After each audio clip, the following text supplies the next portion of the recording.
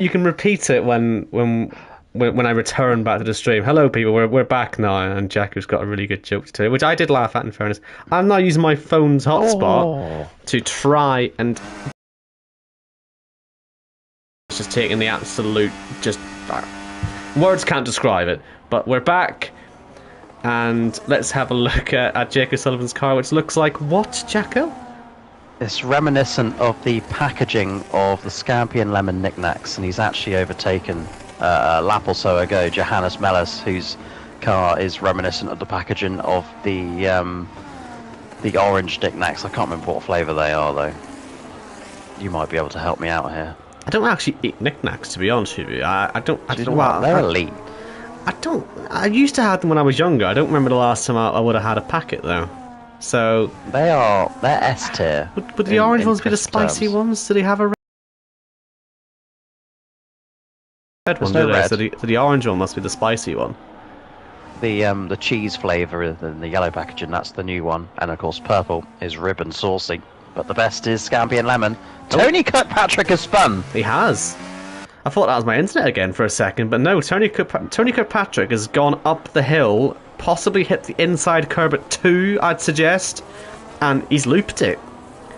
Now, that is already bad news for him, but man, it's terrible news for him, because it's put Chris Waits all over the back of him, but it's put Jake and it's put Johannes ahead of him.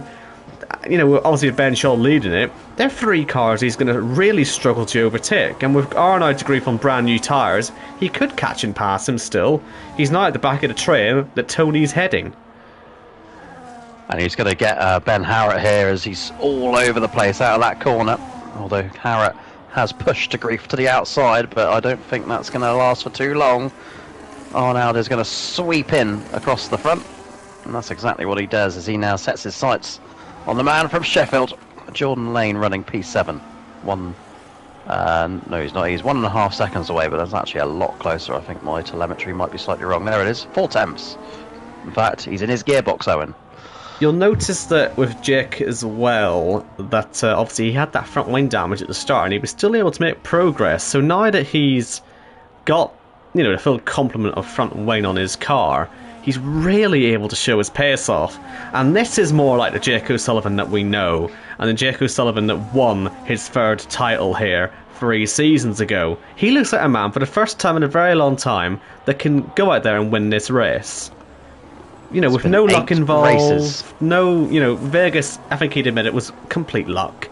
You know, this is going to be, and a little bit of luck had to happen here, but he's going to catch up to Ben Shaw here, and I think once he passes him, he could well just drive away from him. He looks very confident. He's into the lead of the race here in Abu Dhabi, and for a man who's been relatively anonymous all season, and winning the playoffs could really ignite the rest of his season. And, well, knowing Jake O'Sullivan, he'll show to the Championship 5, he could go on and win it again. But let's see, will he drive away from Ben Shaw here? Has Ben Shaw got an undercut in him to go for again? We still have another pit stop in this race. But I don't know about you, Jack. I feel this is pretty ominous for Jake. Yeah, I feel much the same. It's been 8 races since that Vegas win for Jake. But the way he's driving, you can see it. Is just like he's it's like season 7 all over again, isn't it? He is in control of this. It's nice to see O'Sullivan and Shaw up front battling for a race win. We've not had that for some time.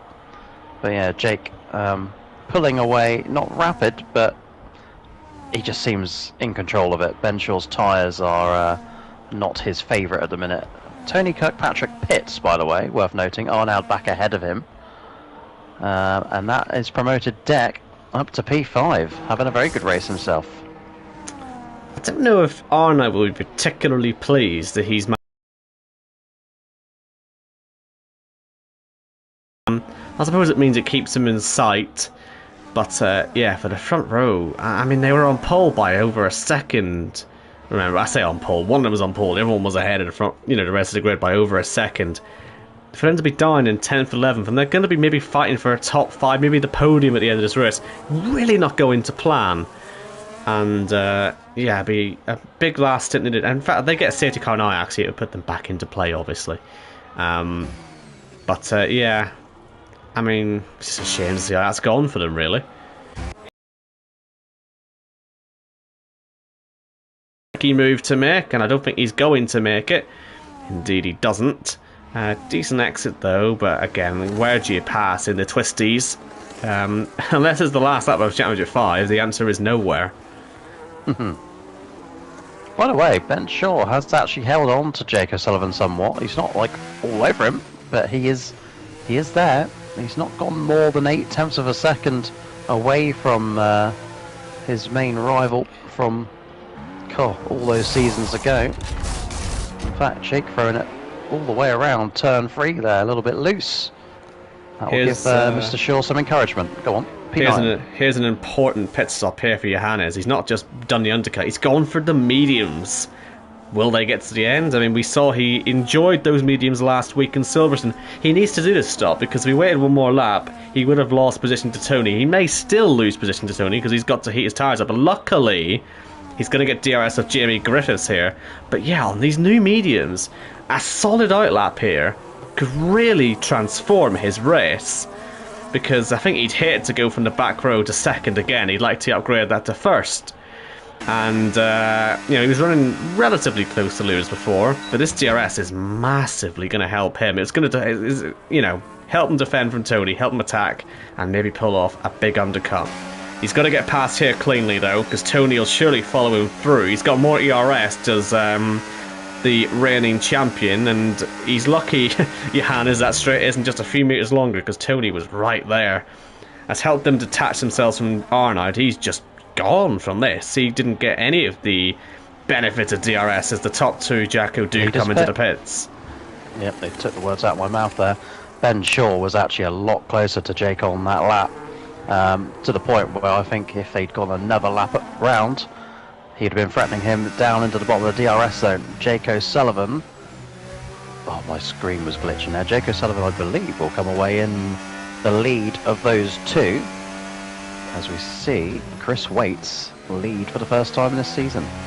I'm on board with Johannes. This is going to be very close indeed. And you can see Jake O'Sullivan on the left-hand side. And I think if I'm Johannes, I'm just going to slow it down and make sure I get the DRS here. I know I've got the tyre advantage if I'm Johannes, considering he's the only guy out there on mediums. All he's got to do now is make the move happen. And he'll get an advantage here on the next straight as well, because he'll pass Jake here. And with that DRS, surely he'll get himself to within a second of Pete Knighton. But to have DRS, which way is which way is Johannes, going to go? Is it inside or outside? It's going to be inside, and Tony had to leave the space. But look at the blocking here from Pete Knighton, and it just gives Tony nowhere to go. You blocked the wrong man, Pete.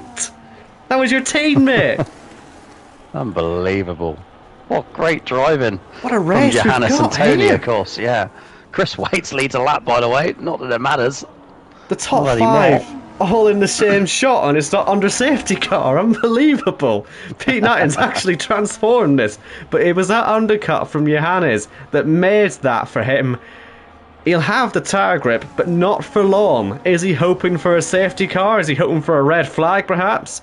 He's done his mandatories. A red flag would come in very handy for him now. And remember, those are enabled for the first time in a very, very long time. They're on increase, so if we have any multi-car incidents, expect to see those red flags fly. But Tony, he used a lot of that ERS on the last lap. He's not going to have the same oomph down the straight this time than he did in the lap before. Whereas Jake O'Sullivan, he's just got loads of ERS. He's going to use it now. To the inside he goes of Tony Kirkpatrick. Arnold's passing Ben Shaw as well. He's clear as he heads into the next corner, as is Jake O'Sullivan. Now, can he get a good exit and go for the lead? He's got enough ERS to do it, and he's burning that ERS. If he doesn't get it done now, he'll feel there's an opportunity wasted. He goes to the outside, and Johannes doesn't quite let him go. They nearly make contact through turn 9. Brilliant racing, this wheel-to-wheel stuff. Johannes still has that tyre grip, but he's lost the track position. And Jake O'Sullivan, calm and composed, he's back in the net race lead. Of course, Chris Waits continues to lead out of front at the moment. Don't forget, Jake O'Sullivan knows how to win around here. He won that Season 10 championship at this track under these lights. Chris Waits in the pits. He'll come out P6 because these guys are flying. It's Jake from Johannes, Tony Kirkpatrick, Arnold and Ben Shaw, your top 5. Abu Dhabi is alive, Owen Wyatt.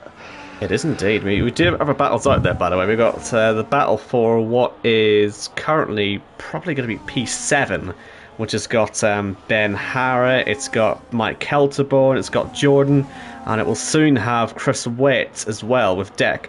Not too far up the road as well. So there's a couple of groups of cars out there which should give us plenty of entertainment in the next 11 laps of this race as Jordan makes a move there and gets himself past Mike Kelterborn.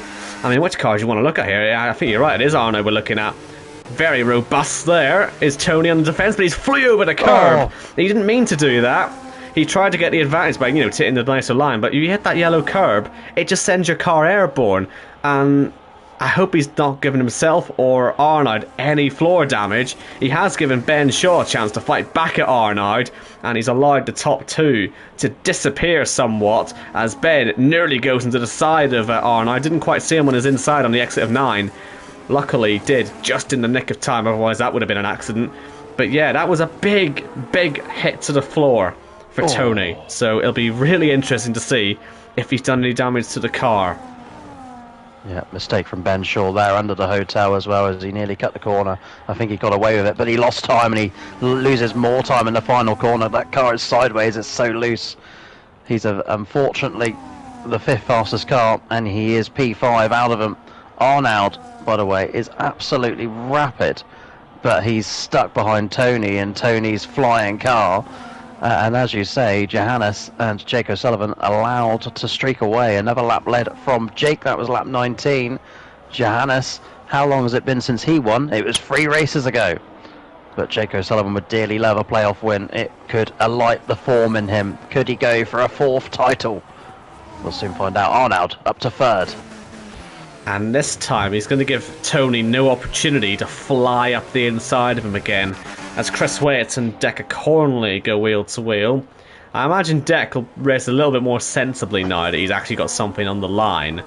But still running well in P7, as Tony picks up a time penalty. So I think he may well have got a warning when he flew over the curb on the last lap. Yep. And getting this one as well has put him... at a disadvantage. I say it's a bit, it puts him 5th at the minute, which isn't the end of the world. What is at the end of the world is probably Gareth Hall, because, well, he's fighting away with Baza. There's one car ahead of him with Leroy Haslager, and then 11 seconds after that. So as things stand, Gareth is comfortably being knocked out of the playoffs. It's not even going to be close. So he needs a miracle at this point, I think it's safe to say, as he runs round there in last place. So he needs a safety car. I'm definitely not yawning as I try to speak. I'm watching Mike O'Sullivan, Mike Kelterborn pit a car. What a moment. I'm going to be quiet and take over. Yeah. In the wall, Gareth and Baza! Oh, no, that is suboptimal. That'll bring that safety car out. I mean, they'll take it. They're both still in the race. 3-second time penalty for Gareth. He'll get that removed. It's a well-known glitch on this game. If you pit, sometimes pitting on this track counts as cutting the final corner. In fact, a lot of drivers may well have found that they've got warnings for that. It depends if Gareth's in a position to actually need it removed. He may just leave it, but that wasn't his fault. Whether the collision with Baza was his fault or not, I don't know. I wasn't watching them, but did you see them? I caught the very end of it, and I saw Gareth turned in to the side of Barry Baldwin. It looks like a miscommunication type incident. I'm sure we'll find out after the race. They're both still in it, so one can't tell what's happened. Pit stop time, and they're all going to come in. No, this is good. This is what we want. Oh yes, this is exactly but Ben what Shaw we want. Stays out. This is what I suggested could have happened last week. Remember in Silverstone Reverse, where I thought Jake O'Sullivan could have done this same thing and just go for the track position. Ben Shaw's done it this week. I don't hate it. Along with possibly, I want to see Chris Waits as well. He's only on 3-lap-all tyres. I mean, why not? His tyres should have some good life in them, and he's going to be 2nd place. And if have they all gone for softs? No, there's mediums for Jake, It's soft for Johannes, and it's soft for Arnaud. Tony, with his penalty, he's on mediums. Oh, God, so Ben Shaw is thinking that the soft runners, those tyres aren't making it to the end. I think the threat here is Jake O'Sullivan. And you know Jake and Ben are going to fight for this. Chris Waits, what will Chris Waits do? Will he get in the way? Does he have the pace to match Ben Shaw? Maybe even go and win it. He's still searching for his first Jackocar Cup Series victory. This is I think know.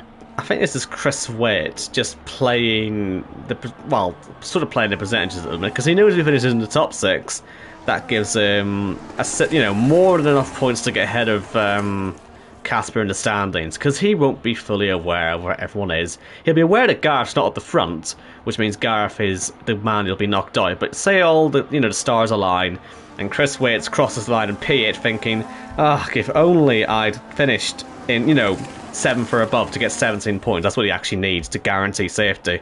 I think that's what he's trying to do here. Just make sure he gets a top 7 finish.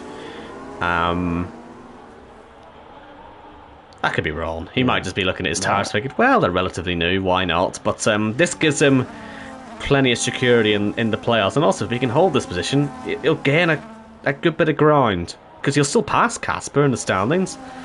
Is there another car pitting? More than happy. There is. Sully's into the pits. With P5. So Sully has decided he wants off those hards. Has he made a second mandatory yet? You'd hope so, wouldn't you? No, you would hope so. He's not one of the lawmakers. He's one of the select group of people that run the league now. Of which I am no longer a part. I'm just an advisor. What have you seen? It looked like Sully was going to hit the pit wall as he came out, but he didn't. It's probably always sketchy down there, but yeah, no one's hit that wall yet. And unbelievably, we've had 2 safety. This is 2 weeks in a row now. In the last 2 weeks, we've had 3 safety cars for no retirements. If we have a chaotic enough restart, this will restart possibly on the next lap, or at the end of the next lap. On lap 25, it'll restart basically. If anything happens on that restart, like I said, there's still the possibility of that red flag. I'd love to see a red flag show up just for the fun of it. But yeah, it might need a bit of chaos, and that's what we've got cooking up for us, because we've got the 2 leaders on the worst tyres. We always love this sort of situation. It's classic Jackocar, isn't it? It's something we've seen a lot of in the Hall and Shaw era, is the tyre differences towards the end of races. I think it must stem from the way that the drivers have to do their pit stops now under green flags.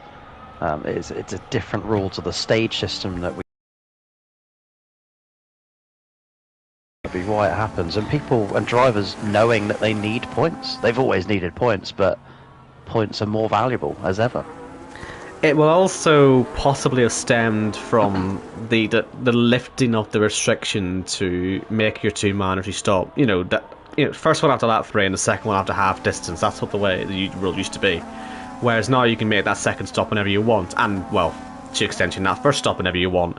So that's also created people thinking, right, I'm going to pit well early here and just hope for the safety car to come.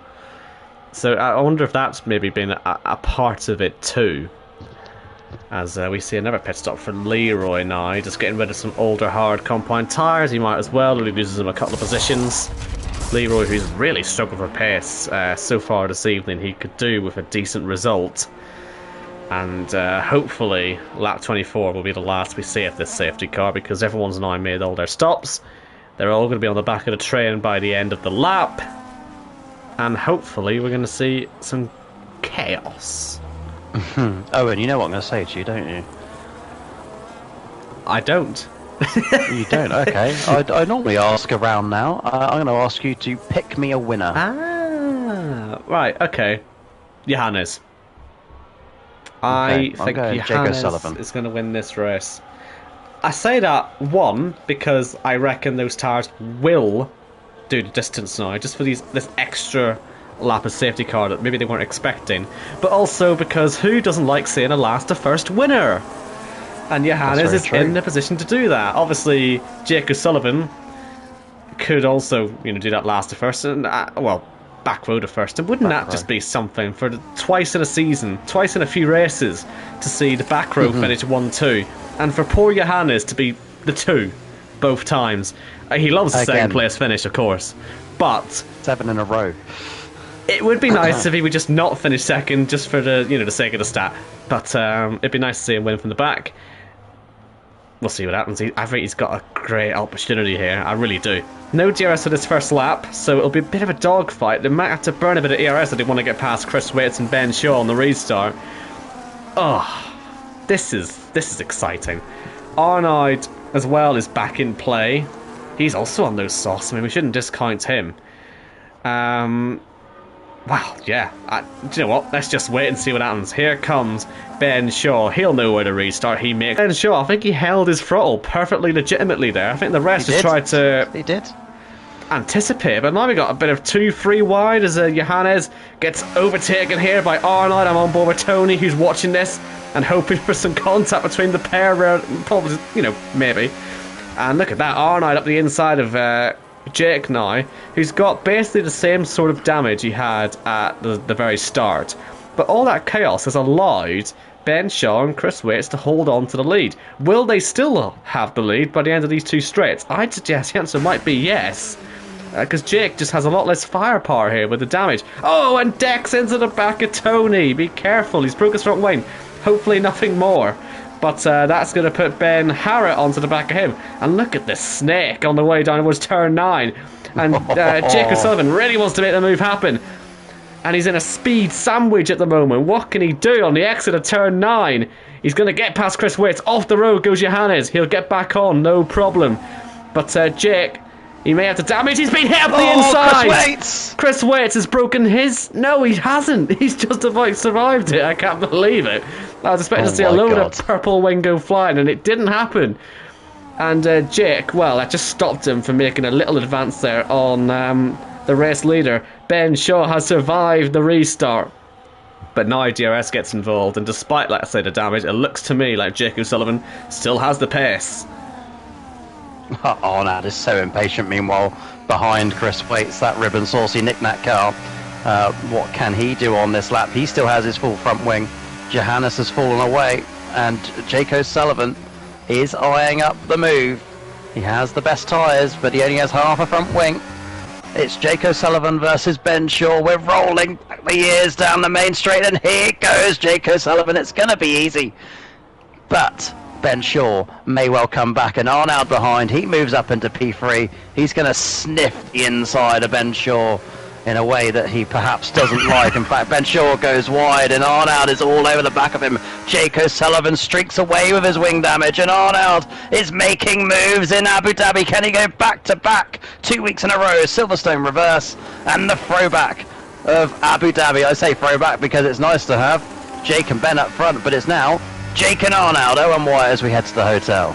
Watching Sullivan Lewis as well. He's coming back through the field after his pit stop under the safety car. We've still basically got an unbroken train from that restart. The whole field is still where they were, and they're all in DRS range of each other. So that means any mistakes could cost you quite dearly as Arnaud comes around. And I tell you what, he wants this badly. He's flying. Johannes was so aggressive on that restart lap. He's broken his front wing as well. So that explains why that momentum has sort of stopped for him. So it's becoming here Arnaud's to lose, but then will the tyres hang on? We've got 3 to go. He'll want to get the move done soon, but then, like I say, yeah, what's going to happen with the tyres? I mean, Ben Shaw's only actually lost the 2 places from the restart. His tyres are pretty strong, all things considered. Leroy had a moment there for turn 3, but he's not caused any damage. Arnaud will take the lead here. It's whether he can, well, hold on to it, I suppose. Jake will be happy to let him go here. Maybe try and get DRS on him for the next straight. I think Johannes is thinking that on the back of Ben Shaw. Let's see if Jake can get straight back past. He's on overtake. He's using the DRS. Arnaud knows it. He's going to just sit in the middle of the road, but there's nothing he can do to stop Jake O'Sullivan retaking the lead. And now with Johannes in 3rd place, this could get interesting. It could, but let's say he's got that front wing damage as well, so it won't be particularly easy. Here's Ben Harrett fighting with Tony now. I mean, fair enough. I didn't expect that. Play. That wasn't on the bingo card, was it? It really wasn't. Bloody hell. Ben Shaw loose under the hotel. Johanna streaks clear. By the way, the top two are the two most winningest drivers in Cup Series history. Jake O'Sullivan, 27. Arnaud de Grief, 24. He'd love to shorten that gap with the one-time champion. But can he do it with 2 laps to go? It's Jake, Arnaud, Johannes, Ben, and Chris Waits, who is way off the track but retains P5. What can Ben Harrod do in P6? He drags Tony with him. Gareth Hall currently in 14th. He's, definitely not doing enough to stay in the playoffs at the moment. I'm sure nothing's going to change with that in the next few laps, but I'm sure he'll try. As Arnaud is just going to sit on the back of Jake again. Overtake. He's got more ERS than Jake, so they're both playing the same game here, really, aren't they? Trying to just have the energy for the final lap. Will we see some DRS chicken on that last lap? Because as you can see, having the DRS in the second straight is a lot more useful to you. Because obviously you can't really fight back once you're overtaken into turn 9. So Arnaud, I think he's just playing the sensible game. He's only got the full tank of ERS. He may well go and set the fastest lap on the last lap as well while he's at it, because you're going to see a flying lap like you've never seen before from Arnaud de Grief. I'm sure you are. This is very reminiscent of Las Vegas Season 8, Ben Shaw, Casper Klein on the final lap. Are we going to get it? Or is it going to be like Season 10, the final lap pass for the win and the championship that day? It is 1 lap to go in Abu Dhabi. Jake O'Sullivan leads from Arnaud de Grief. Both of these drivers have won round here before. Can they do it one more time? It's lap 29. Jake O'Sullivan in the Knick-Knack car and Arnaud de Grief in the Belgian colours car. You're about to see a little bit of DRS chicken as Owen Wyatt will take us to the checkered flag. Here we go then. So Arnaud's on to the ERS deployment. He'll see the back of Jake O'Sullivan's car flashing, and he's going to just turn his ERS off as well. This is what we were expecting. The problem is, they're both going to have enough ERS to get down this next straight. So if Jake gets a good exit here, there's nothing stopping him just holding on, actually. And he has had a good exit. Yeah. I tell you what, Arnaud will have a real challenge on his hands. He's going to get close into turn 9, tries to dive down the inside, and Jake moved very late. He's going to get the exit right, and Arnaud de Grief, he got it wrong. And he's lost out on the race win, as we have an incident behind. I hope that's not Chris Waits. I think it's Pete Knighton, who's had a moment down at turn 9. But Arnaud he's lost at his own game, and Jake O'Sullivan is going to prove to everyone once again why he's a 3-time champion as he comes around the final corner to win in Abu Dhabi, and he fully deserves it. He's done it from the penultimate spot on the grid. Arnaud in second and Johannes third. Chris Waits is now 4th after all these penalties go through, and you will have noticed that Ben Shaw has disappeared. He's had an accident right at the end.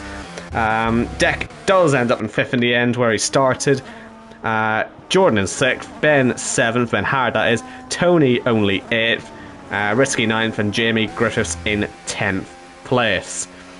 But yeah, I think really, as it turned out, Arnaud probably should have just blown past Jake on the back straight, because they both had enough ERS to probably do 2 or 3 back-to-back straights, I'd say, if that much. So, tactical errors, but at the same time, tactical brilliance from Jake O'Sullivan. Yeah, I think where that one was lost was Jake slowed Arnaud down so much before the chicane that he was at a slower speed than what he had been normally throughout the rest of the race, even behind other cars. And it's caught him out. He hadn't been able to get the traction down, and Jake drove away with the advantage of track position. And that is race win number 28. He goes back to 4 clear on Arnaud de Grief.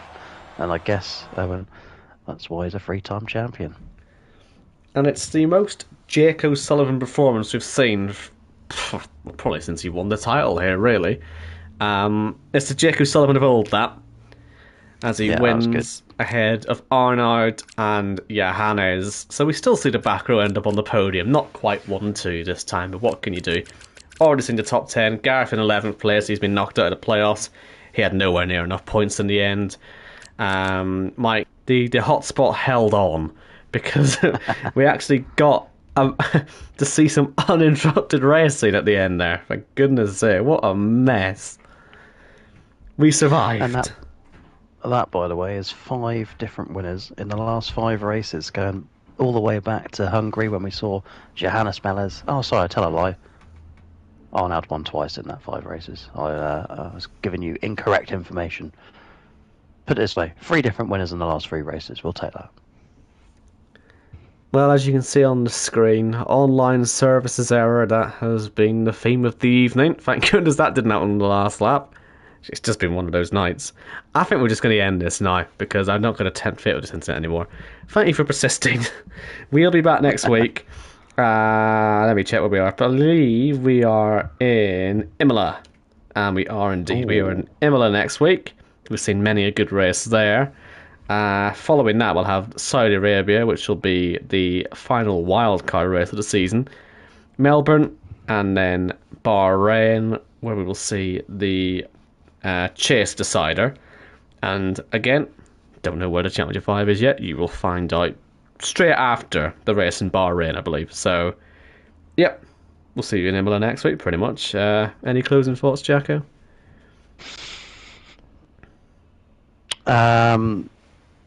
Thank God Tony wasn't on pole. Good night. Good night, people.